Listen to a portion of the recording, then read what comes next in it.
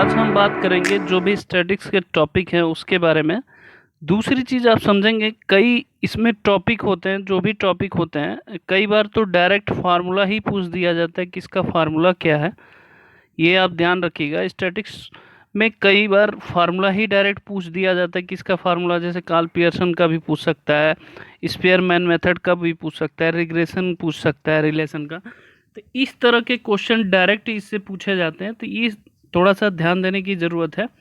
Basic जो concept है, जैसे मान लीजिए मीन है, मीडियन है एंड मोड है, ये सब प्रॉपर्टी आप पढ़ते हैं, ये बेसिक नॉलेज होता है, ये आप हर क्लास में पढ़ते हैं, तो लगभग बच्चे ये सब आते हैं। लेकिन फिर भी हम इसके डिस्कशन करेंगे, इसके पॉजिटिव और निगेटिव दोनों देखेंगे और सारे टॉपिक इसमें कवर करेंगे, रिग्रेशन लाइन तक कवर करेंगे, ठीक है। और स्क्यूनेस भी निकालेंगे, क्वार्टाइल भी निकालेंगे, मतलब सब कुछ इसमें कवर करेंगे। तो ये वीडियो अंत तक देखिएगा प्लीज़। अगर समझ में आए तो लाइक शेयर एंड सब्सक्राइब जरूर करिएगा। चलिए अभी स्टार्ट करते हैं।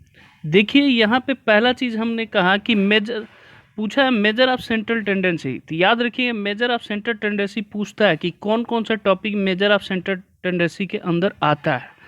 एक चीज़ ये ध्यान रखिए, ये टेबल मोस्ट इंपॉर्टेंट है।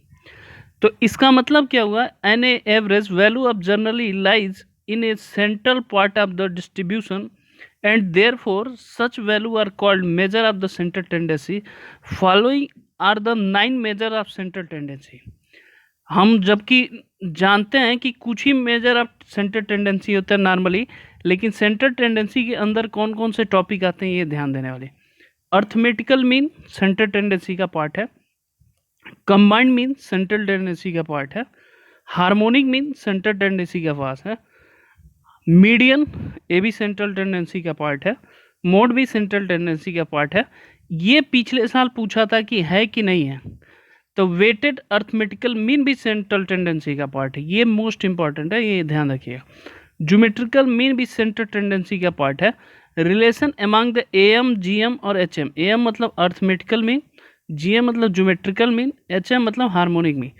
क्वार्टाइल, डेसिल और परसेंटाइल ये भी सेंट्रल टेंडेंसी का पार्ट होता है। समझ में आ गया? फिर से बता देता है, ये टोटल 9 चीज़ होती है। ये कई बार क्वेश्चन पूछ देता है कि आप सेंट्रल टेंडेंसी के कौन कौन से पार्ट होते हैं, तो 4 दे देगा, उसमें से एक ये उठा देगा, उसमें वेरिएंस भी दे देता है, स्टैंडर्ड डेविएशन दे देता है, मीन डेविएशन दे देता है। तो ये सब नहीं होता, सेंट्रल टेंडेंसी में सिर्फ 9 पार्ट ही होते हैं। क्लियर है? अब एक एक पार्ट की डिस्कशन करेंगे। अब पहले अर्थमेटिकल मीन की समझेंगे। अर्थमेटिकल मीन में क्या होता है, पहला हमने फॉर्मूला लिखा, total sum of observation, N observation को प्लस करते हैं अपॉन एन करते हैं, ये इंडिविजुअल सीरीज के लिए। क्लियर है? मतलब सबको प्लस कर दिए, नंबर एन से डिवाइड कर दिए, मतलब लाइक दैट एग्जांपल 1 + 2 + 3 लिख लीजिए, नंबर बाई 3 है। अगर इसका मिल निकालना है तो 6/3 कितना हो जाएगा, 2। फर्स्ट 3 नंबर का सम कितना हो जाएगा, 2। ये इंडिविजुअल। फ्रीक्वेंसी में क्या होता है, X bar equal to sigma F X upon sigma F होता है, अगर फ्रीक्वेंसी गिवन हो तो। ये आप ध्यान रखिए, ये मीन होता है। शॉर्टकट मेथड में हम डी एज्यूम करते हैं। बेसिकली ये फार्मूला आपको याद रखना है। ये लॉन्ग मेथड क्वेश्चन होते हैं तो ऐसा नहीं। एज्यूम मतलब मैं आपको बता देता है, ये एज्यूम शॉर्टकट मेथड, जैसे मान लिए 20 आ गया, 30 आ गया, 40 आ गया, 50 आ गया, 60 आ गया। तो जब एज्यूम करना है तो नॉर्मली हम मिडिल टर्म ले सकते हैं। ऐसा नहीं है कि आप कोई भी एलिमेंट लेंगे तब भी उसका आंसर सेम आ जाए। हम 20 भी ले के सॉल्व कर सकते हैं, उसका आंसर सेम आएगा नॉर्मली, लेकिन मिडिल टर्म लेते हैं। इवन हो तो एक टर्म ज़्यादा ले लेते हैं, ऑड हो तो एक टर्म ज़्यादा ले सकते हैं। डी कोई भी एलिमेंट हम ले सकते हैं।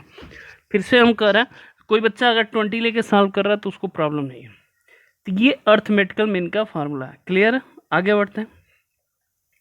कंबाइंड मीन में देखिए, कंबाइंड मीन में क्या होता है कि दोनों का फर्स्ट का मीन प्लस सेकेंड का मीन और दोनों का n1 x1 bar plus n2 x2 bar upon n1 plus n2 हो जाएगा। मतलब जो n1 का मीन जितना निकलेगा, n2 का जितना मीन निकलेगा, इन दोनों को मल्टीप्लाई कर देंगे आपस में, उसको ऐड कर देंगे, अपॉन n1 प्लस n2 हो जाएगा। अगर 2 का कंबाइन मीन, अगर 3 का पूछे तो ऐसे लिखेंगे x1 1 2 3 का मीन निकालना, तो n1 x1 bar plus n2 x2 बार प्लस n3 x3 बार अपान n1 plus n2 plus n3, ये कंबाइन मीन का फार्मूला हो सकता है 2 का। तो ये कई बार पूछा जाता है क्वेश्चन की, अगर मान लीजिए 40 बॉयज़ का मीन हमारा 30 है और 60 बॉयज़ का गर्ल्स का मीन हमारा 40 है, तो पूछता है कि कंबाइन मीन कितना होगा। तो अब देखिए मैंने कहा 40 का 30 है और 60 का हमेशा बताया मैंने कंबाइन मीन हाइट का सपोज करिए 20 है। तो कंबाइन मीन अगर निकालना है, CM निकालना है, तो पहले इन दोनों का मल्टीप्लाई करिए, कितना आएगा 1200, फिर इन दोनों का प्लस करिए 1200, और नंबर ऑफ ये बॉयज़ है, नंबर ऑफ गर्ल्स टोटल 100 हो गया, तो 2400 अपॉन 100 हो गया। तो इसका जो कंबाइन मीन आएगा वो कितना आएगा, 24 इज द राइट आंसर। तो ये कंबाइन किसी का भी गिवन होके पूछ सकता है, बेसिकली फार्मूला आपको लर्न होना चाहिए, उसके कॉन्सेप्ट के अकॉर्डिंग आप इस तरह के क्वेश्चन को सॉल्व इजीली तरीके से कर सकते हैं। ठीक है, आगे बढ़ते हैं। अब आता है weighted arithmetical mean. If W1 W2 W3 दस n है, weighted assign with the value of x1 x2 xn की तरह रेस्पेक्टिवली है। वेटेड अर्थमेटिकल मीन ये कई बार पूछ चुका है।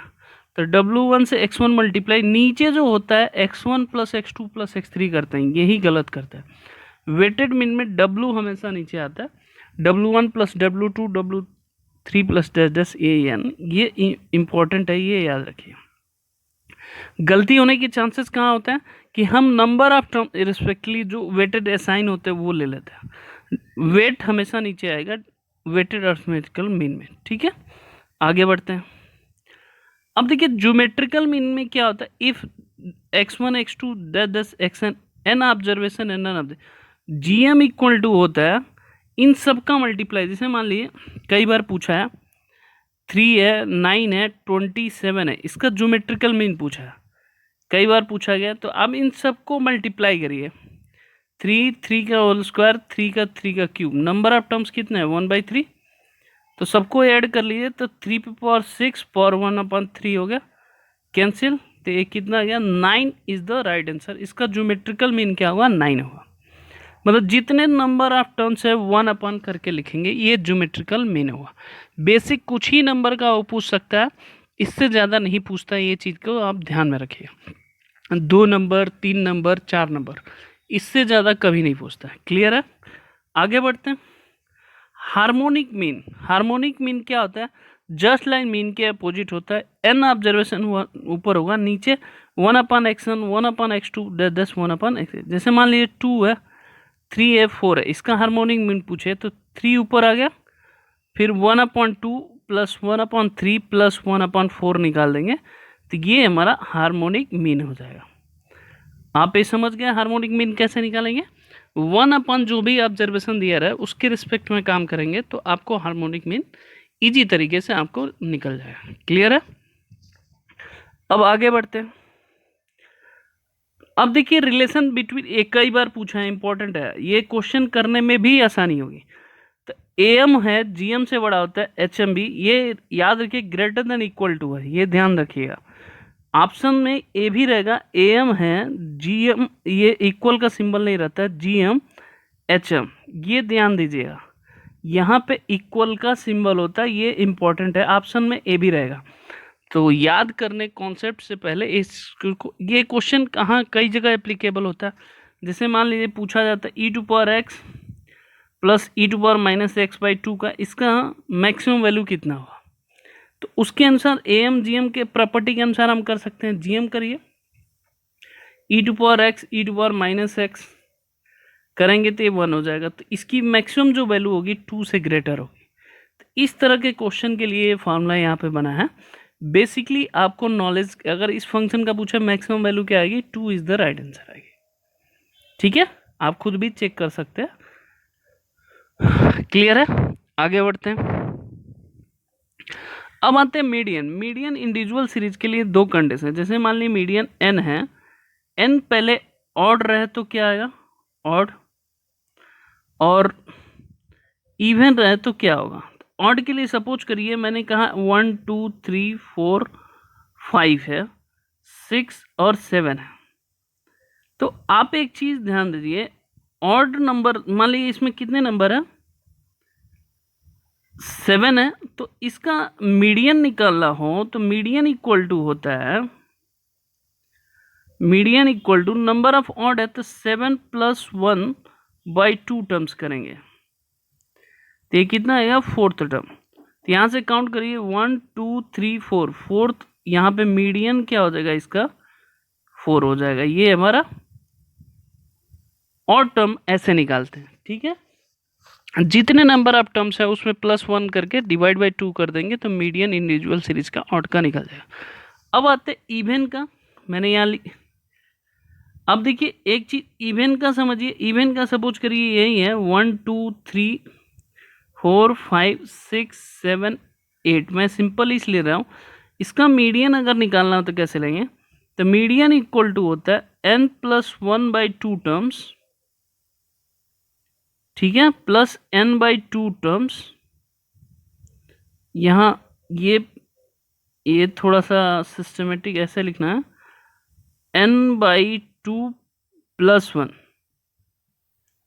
बाई 2 होता है, मतलब fourth terms plus fifth term divide by 2 होता है। फोर्थ टर्म क्या होगा, 4 होगा, फिफ्थ टर्म क्या होगा, 5 होगा, दोनों को प्लस कर लीजिए। 4 + 5 बाई 2 कितना होगा, 9, 9 बाई 2 कितना हो जाएगा, 4.5 हो। मतलब मीडियन का मतलब ये होता है, अगर इवन टर्म हो तो उसके कॉन्सेप्ट में क्या होगा कि n by 2 + 1 term plus n by 2 terms, उन दोनों को ऐड करने के बाद जो डिवाइड करने के बाद आता है तो वही हमारा क्या होता है, मीडियन होता है। क्लियर है, आगे बढ़ते हैं। अब देखिए यहाँ से थोड़ा सा मीडियन अगर फ्रीक्वेंसी गिवन हो तो क्या होता है, तो थोड़ा सा छोटा दिखाई दे रहा होगा तो मैं आपको बता देता हूँ। मीडियन इक्वल टू फार्मूला लिख देता हूँ, L + n by 2 - CF upon F into H होता है। अब आप देखेंगे n बाई 2 क्या, टोटल नंबर कम्युलेटिव फ्रीक्वेंसी जो निकलता है वही हमारा क्या होता है, टोटल कम्युलेटिव फ्रीक्वेंसी, यही हमारा n होता है।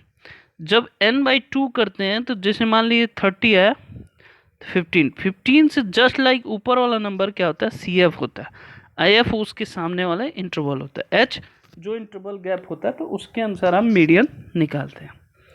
क्लियर है, आगे बढ़ते हैं। अब देखिए मॉड में क्या निकालना है, मॉड का मतलब होता है नंबर ऑफ फ्रीक्वेंसी जिसकी ज़्यादा हो उसको हम क्या बोलते हैं, मॉड कहते हैं। जैसे मान लीजिए 1 है, 2 2 है, 3 3 है, 4 5 6 6 6, तो पूछा इस सीरीज का मॉड क्या होगा, तो 6 कितने बार रिपीट किया गया, ज़्यादा रिपीट किया गया 3 बार, तो ये हमारा मॉड होता है। अगर मान लीजिए फ्रीक्वेंसी में गिवन हो तो कैसे निकालेंगे, जैसे मान लीजिए 0 to 10 है, 10 to 20 है, 20 to 30 है, 30 to 40 है, 40 to 50 है। इसमें हमने किया 2, इसमें 3 लिया, इसमें 4 लिया, इसमें 3 लिया, इसमें 6 लिया। तो जब भी मोड लेंगे ये नंबर ऑफ टर्म्स इसका ज़्यादा है तो इसको F1 ले लीजिए, जस्ट इसके ऊपर वाला नंबर F0 लेंगे और नीचे वाला नंबर क्या लेंगे, F2 लेंगे, ठीक है। तो मॉड इक्वल टू होता है L, मतलब कितना आ गया 20 प्लस 4 माइनस इसके जस्ट कम 3 अपान, इसका मल्टीप्लाई करिए 4 से 8 माइनस 3 माइनस 6, ठीक है, और इंटू इंटरवल का गैप कितना 10 है। इसको सॉल्व कर लिए तो 20 + 1 9 - 1 इंटू 10 है, तो ये -10 है, 20 - 10 कितना हो गया, 10 इज द राइट आंसर। ये मोड का फार्मूला है जिसके बेसिस पे हम इजी तरीके से निकाल सकते हैं।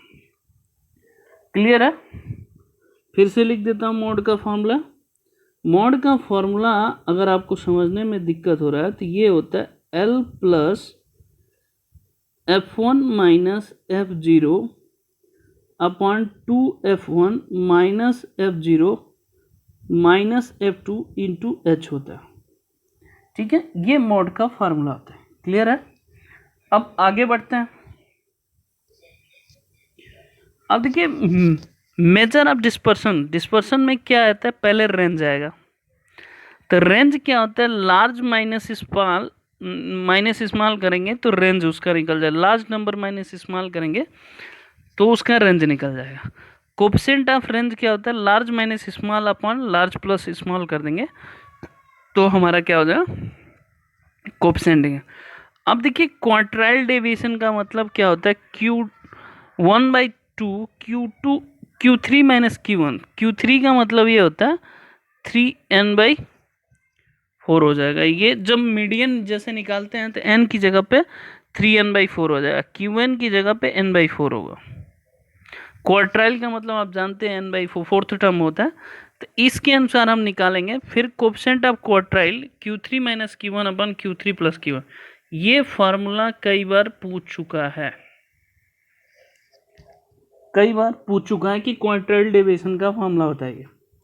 तो क्वार्टाइल डेविएशन का फार्मूला होता है हाफ Q3 माइनस Q1। ये डायरेक्ट फार्मूला होता है जिसको आप निकाल सकते हैं। क्लियर है? आगे बढ़ते हैं। अब देखिए मीन डेविएशन क्या होता है, मीन डेविएशन ये होता है एफ एक्स माइनस एक्स बार मीन अपॉन सिग्मा एफ होता है। जो एक्स बार होता है ये हमारा क्या होता है, मीन होता है। मीन निकाल के पूरे नंबर में डिजिट माइनस करेंगे, फिर एफ से मल्टीप्लाई करेंगे, अपॉन एफ होता है। अब कोफिशिएंट ऑफ मीन डेविएशन क्या होता है, मीन डेविएशन ये होता है अपॉन एवरेज होता है, मतलब एक्स बार होता है, ये ध्यान रखिएगा। एक्स बार मतलब मीन होता है, coefficient of variation mean deviation का मतलब होता है। ये फार्मूला पूछ चुका है तो ये थोड़ा सा ध्यान दीजिएगा। आगे चलते हैं। अब देखिए स्टैंडर्ड डेविएशन का फार्मूला होता है, standard deviation of the statistical data define the positive square root of the square of the deviation relation from the arithmetical mean under the series. Standard deviation क्या होता है, एक्स माइनस एक्स बार का whole square. X बार यहाँ पे भी mean है, जो भी नंबर आता है मीन का वो सारे नंबर में से माइनस करके अपॉन n होता है। इसी को स्क्वायरिंग बोथ डिसाइड कर दें तो वेरिएंस आ जाता है, मतलब x माइनस एक्स बार का होल स्क्वायर अपॉन n, यही हमारा क्या हो जाएगा, वेरिएंस हो जाएगा। मतलब स्टैंडर्ड डेविएशन का स्क्वायर ही हमारा क्या कहलाता है, वेरिएंस कहलाता है। क्लियर है? ये दो चीज़ें ध्यान रखिएगा। ये बेसिक फार्मूला है जिसमें मीन निकाल के इंडिविजुअली सीरीज में हम इस तरह के सॉल्व करेंगे। क्लियर है? आगे चलते हैं। ये फार्मूला मोस्ट इम्पॉर्टेंट है, जो भी मैंने लिखा है आपको, ये आपको कई बार पूछ चुका है कि स्क्यूनेस का फार्मूला क्या क्या हो सकता है। एग्जामिनेशन में डायरेक्ट पूछता है, इसका ऑप्शन ही पूछता है, इसके अलावा कुछ नहीं पूछता है, ये ध्यान दीजिएगा। स्क्यूनेस का फार्मूला होता है मीन माइनस मीडियम, ए भी होता है, मीन माइनस मोड, ए भी होता है। यहाँ पे क्या होता है, Q3 plus Q1 minus 2Q2, या तो Q3 plus Q1 minus 2 median होता है, ये ध्यान रखिएगा। इसी को Q2 को ही मीडियन कहा जाता है, Q2 को ही हमारा क्या कहा जाता है, मीडियन कहा जाता है। ये आप ध्यान रखिएगा। फिर से स्क्यूनेस का फार्मूला मैं बता देता हूँ क्योंकि ये मोस्ट इंपॉर्टेंट है, पूछा जाता है। स्क्यूनेस का फार्मूला होगा मीन माइनस मीडियन, ये पहला फार्मूला है। दूसरा मीन माइनस मोड हो जाएगा। तीसरा formula Q3 plus Q1 minus 2Q2 या Q3 plus Q1 minus 2 median हो जाएगा। यही हमारा एब्सोल्यूट मेजर ऑफ स्क्यूनेस का फार्मूला है। ये डायरेक्ट पूछा जाता है कि एब्सोल्यूट मेजर ऑफ स्क्यूनेस का फार्मूला कौन सा है। उनमें से 4 ऑप्शन दे देगा, अलग अलग डिफरेंट तरीके से करके ये पूछा जाता है। याद रखिएगा, मीन माइनस मीडियन होता है, फिर मीन माइनस मोड होता है, Q3 plus Q1 minus 2Q2 होता है। क्लियर है? आगे बढ़ते हैं। अब देखिए Karl Pearson coefficient of skewness का फार्मूला क्या होता है। कार्ल पियर्सन में कोफिशिएंट ऑफ स्क्यूनेस का फार्मूला होता है mean minus mode upon standard deviation होता है। Mean minus mode upon standard deviation, ये पहला फार्मूला इंपॉर्टेंट है। दूसरा मोड इक्वल टू, आप जानते हैं 3 मीडियन माइनस 2 मीन, ये पिछले साल पूछ चुका था, डायरेक्ट ये फार्मूला ही पूछा था। ठीक है, क्लियर है। Mode equal to 3 median minus 2 mean होता है, ये ध्यान रखिएगा, मोड इक्वल टू। फिर स्क्यूनेस का ये भी, अगर मोड की वैल्यू यहाँ पुट कर देंगे तो स्क्यूनेस का फार्मूला ये भी हो जाता है 3 ब्रैकेट में बाहर mean minus median upon standard deviation. ये तीनों फार्मूले most most most important formula है, ये पूछा ही जाता है, ये ध्यान रखिएगा। पहली चीज, स्क्यूनेस पॉजिटिव कब होगा? जब मीन मोड से बड़ा होगा, ऑब्वियस सी बात है, तभी पॉजिटिव हो सकता है। या तो मीन मीडियन से भी बड़ा हो तो भी पॉजिटिव है, निगेटिव लेस हो तो भी है।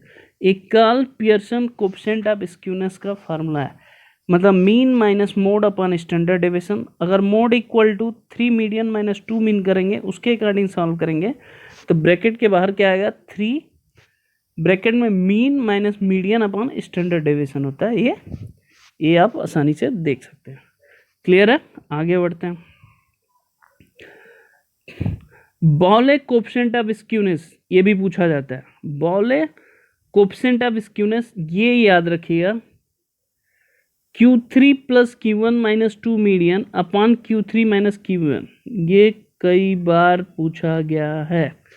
स्क्यूनेस का नाम देके तो नहीं पूछता है, फार्मूला पूछ देता है स्क्यूनेस का हमारा फार्मूला क्या है। तो इसमें जो फार्मूला है वो क्या है? Q3 plus Q1 minus 2 median upon Q3 minus Q1। ठीक है, ये हमारा स्क्यूनेस का फार्मूला है। आगे चलते हैं। अब ये फार्मूला जो हम बताने जा रहे हैं ये भी मोस्ट इंपॉर्टेंट है, इस चीज़ को आप ध्यान रखिएगा। Mean deviation equal to 4/5 standard deviation होता है। अब यहाँ देखिए, मीन डेविएशन इक्वल टू क्या होता है? 4/5 स्टैंडर्ड डेविएशन, ये पहला, ये ध्यान रखिएगा। दूसरा, semi interquartile range 2/3 standard deviation होता है, ये ध्यान रखिएगा। मतलब ये फार्मूला बहुत इंपॉर्टेंट है। Probable error of standard deviation 2/3 standard deviation होता है, ये ध्यान रखिए, ये दोनों सेम होता है। क्लियर है। क्वार्टाइल डेविएशन 5/6 मीन डेविएशन होता है, अगर ये निकल जाए तो क्वार्टाइल डेविएशन भी निकल जाएगा। मतलब स्टैंडर्ड डेविएशन अगर गिवन हो तो सब कुछ निकल सकता है। तीनों में रिलेशन ये पूछा जाता है, ये मोस्ट इम्पोर्टेंट है, याद रखिएगा। 4 standard deviation equal to 5 mean deviation is equal to 6 quartile deviation. 4 standard deviation equal to 5 mean deviation is equal to 6 quartile deviation, ये मोस्ट इम्पॉर्टेंट द फार्मूला है। क्लियर है, आगे बढ़ते हैं। अब देखिए, standard deviation of the normal natural number, उसका formula होता है नेचुरल नंबर का 1/सिग्मा equal to 1/12 n square minus 1/12, ये पूछा जाता है। First sum of natural number का फार्मूला स्टैंडर्ड डेविएशन क्या होता है? n स्क्वायर माइनस 1/1, ये 12 रूट में होता है। ये कई बार पूछ चुका है, आप निकालना चाहें तो निकाल सकते हैं। अब देखिए, इसमें ये डायरेक्ट पूछा गया, standard deviation showing the limit of the variable which the individual observation of distribution will very from the mean. अब देखो, यहाँ x plus minus standard deviation है तो 68.27 ऑब्जर्वेशन होता है। x बार मतलब mean plus minus 2 standard deviation, या 95.4 observation होता है। मीन प्लस, ये बेसिकली ये चीज़ ध्यान रखिएगा, ये पूछा जाता है। ये फिगर मैंने बना रखा है, ये इसके अनुसार फ्लक्चुएट होता रहता है स्टैंडर्ड डेविएशन, इसलिए देख सकते हैं। ये फार्मूला पूछा गया सम ऑफ नेचुरल नंबर का स्टैंडर्ड डेविएशन निकालने के लिए, क्या होता है? रूट में n स्क्वायर माइनस 1/12 होता है, ये ध्यान रखिएगा। Standard deviation first natural number का फार्मूला होता है। क्लियर है, आगे बढ़ते हैं। अब देखिए, कंबाइंड स्टैंडर्ड डेविएशन का निकालने का फार्मूला ये है। ठीक है, अब यहाँ पे D1 है, D2 है। D1 कैसे निकलता है? पहले कंबाइंड एवरेज निकालेंगे जो पीछे पड़ा रखा, तो D1 equal to x1 minus combined mean होता है। D2 इक्वल टू x2 बार, मतलब जो x2 का मीन होगा माइनस कंबाइंड मीन होगा, ये d1 d2 निकलेगा। सिग्मा 1 मतलब फर्स्ट का स्टैंडर्ड डेविएशन, सिग्मा 2 का सेकेंड का स्टैंडर्ड डेविएशन, फिर इस फॉर्मूले में पुट करते हैं तो कंबाइंड स्टैंडर्ड डेविएशन का फार्मूला होता है। क्लियर है आपको? तो इस तरह के फार्मूले आप देख सकते हैं। d1 d2 निकालने का तरीका होता है, कंबाइंड मीन निकालने के बाद ये फार्मूला यूज किया जाता है।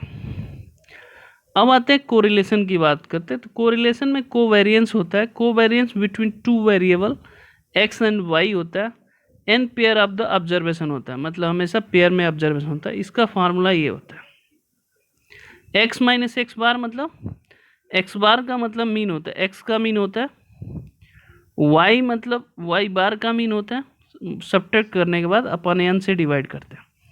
यहाँ लिखा है मीन का फार्मूला आप जानते ही हैं, इस फॉर्मूले में पुट कर दिए तब भी आ जाएगा। या तो दोनों ऑब्जर्वेशन को मल्टीप्लाई बाई एन करिए, माइनस दोनों का मीन निकाल के मल्टीप्लाई करते, ये कोवेरिएंस इससे भी निकल सकता है। क्लियर है? कोवेरिएंस हमेशा दो फंक्शन का डाटा होगा, एक्स एंड वाई होगा। आगे बढ़ते हैं। इसमें होता है call Pearson coefficient method, rank of correlation निकालते हैं तो उसका फॉर्मूला होता है कोवेरिएंस एक्स वाई, जैसे पीछे पढ़ा था, standard deviation of X into standard deviation of Y. अगर ये नहीं निकालना आता है तो ये दोनों का मीन निकाल लीजिए, मीन माइनस स्क्वायर कर लिए, तो ये कॉल पियर्सन मेथड।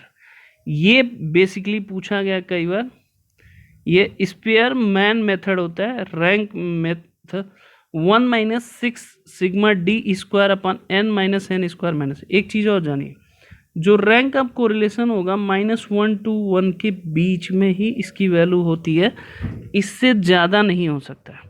अगर इससे ज़्यादा आता है तो आपका कैलकुलेशन गलत है। क्लियर है? आगे बढ़ते हैं। मैंने पहला बता ही दिया। दूसरा, आर की वैल्यू -1 आएगा तो परफेक्ट निगेटिव कोरिलेशन होगा बिटवीन एक्स एंड वाई। जो एक्स एंड वाई के बीच जो रिलेशन बनेगा वो परफेक्ट निगेटिव हो, मतलब एक दूसरे से दुश्मनी होगी, एक तरह से ऐसे समझिए। क्लियर है? आर इक्वल टू 1 है तो परफेक्ट पॉजिटिव कोरिलेशन होगा बिटवीन एक्स एंड वाई, मतलब आर इक्वल टू अगर 1 आता है तो एक्स और वाई के बीच जो बॉन्डिंग है वो बहुत ही स्ट्रांग है। ठीक है? आर इक्वल टू 0 होगा तो कोई कोरिलेशन नहीं बनेगा, मतलब वो एक दूसरे को जानते ही नहीं है, इसका मतलब ये होता है। क्लियर है? आगे बढ़ते हैं। अब देखिए, इफ आर की वैल्यू 0 से ग्रेटर 1 से वैल्यू है तो पॉजिटिव कोरिलेशन मैंने बताया था ये इंक्रीज करेगा। -1 to 0 के बीच में निगेटिव कोरिलेशन जैसे मैंने ऊपर बताया था। The value of R square is called coefficient of determine if r equal to 0.5 तो r square equal to 0.25 which mean only 25% variation of the explained of the remaining 75% unexplained, मतलब 25% ही explain किया जा सकता है, बाकी नहीं गए। ये दो फार्मूले इंपॉर्टेंट है। स्टैंडर्ड एरर का फार्मूला होता है 1 माइनस आर स्क्वायर, मतलब rank of correlation upon √n होता है, और प्रोबेबल एरर का होता है 0.6745 इंटू स्टैंडर्ड एरर होता है। ये दोनों ही याद रखिए। स्टैंडर्ड एरर का फॉर्मूला होता है 1 minus R square upon √n, और प्रोबेबल एरर का मतलब 0.06745 इंटू स्टैंडर्ड एरर। ये वैल्यू पुट कर दें तब भी आ जाए। क्लियर है? आगे बढ़ते हैं। अब देखिए, लाइन ऑफ रिग्रेशन का मतलब क्या होता है। The line of regression X and Y है, given is the best estimate of the value of X given value. इसका फार्मूला ये होता है, जैसे इक्वेशन ऑफ टेंजेंट होता है तो यहाँ स्लोप आता है, तो वही चीज़ समझिए, दोनों का मीन होता है एक्स बार का वाई बार का मीन, यहाँ बी एक्स वाई हुआ, एक्स एन वाई का मतलब बी एक्स वाई होगा, वाई एन एक्स का मतलब वाई एन एक्स का बी वाई एक्स होता है। ठीक है? बी एक्स वाई कैसे निकलेगा, यहाँ ध्यान रखिए, रैंक ऑफ कोरिलेशन आर निकलेगा, standard deviation of X standard deviation of Y निकलेगा। क्लियर है? ऑन वाई का अभी मैंने फार्मूला बता ही दिया। ठीक है? अगर ऐसे नहीं निकालना तो ये भी फार्मूला, बेसिकली ये छोटा छोटा फार्मूला ये जो है वो याद करना है, बाकी आगे नहीं याद करने की ज़रूरत है। आगे चलते हैं। Properties of regression coefficient. Both regression coefficient have the same sign होना चाहिए, same sign, either both positive either both negative होना चाहिए। पहली चीज, the sign of correlation coefficient of is same that regression coefficient R की value positive आ रही है तो बी एक्स वाई की वैल्यू क्या होगी, पॉजिटिव होगी, और बी वाई एक्स की वैल्यू पॉजिटिव है। आर की वैल्यू लेस आ रही है तो दोनों क्या होगा, निगेटिव होगा, ये ध्यान रखना।